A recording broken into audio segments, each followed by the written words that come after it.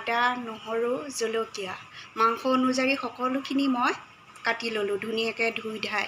এতিয়া মই মিক্সাৰত ধুনীয়াকৈ মাংসখিনি মাৰি ল'ম।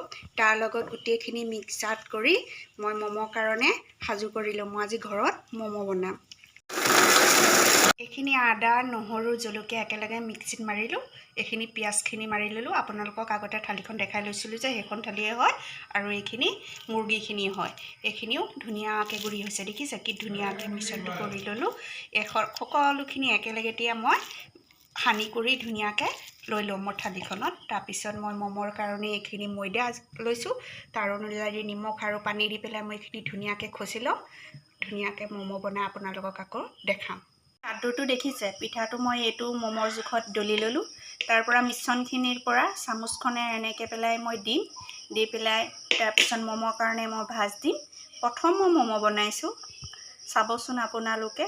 মই যদি ম'ম' বনোৱা কিবা বেয়া হৈছে আপোনালোকে মানে দায় দুখ নধৰিব আৰু প্ৰথম বনাবৰ কাৰণে শিকিছোঁ ম'ম'টো। চাওকচোন, ভাপত দিম, তাৰপিছত আকৌ আপোনালোকক দেখাম। এয়া দেখিছে, চাকনি নিদি এনেকৈ চাফা কাপোৰ এখন লৈ ধুই পেলাই এনেকৈ ধুনীয়াকৈ ডেক্সিত বান্ধি পানী দি লৈ পেলাই তাতো ভাপত দিব পাৰি। আমি কাপোৰতে দিছোঁ, চাওকচোন। এয়া পিছত ঢাকনিয়ে ঢাকি দিম। ম'ম' যে ভাপত দিছিলোঁ এয়া হৈ গৈছে।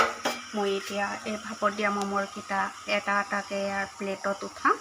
তাৰপিছত ইয়াৰ পৰাই চাম কেনেকুৱা হৈছে, খাবৰ কাৰণে টেষ্ট হৈছে কি নাই।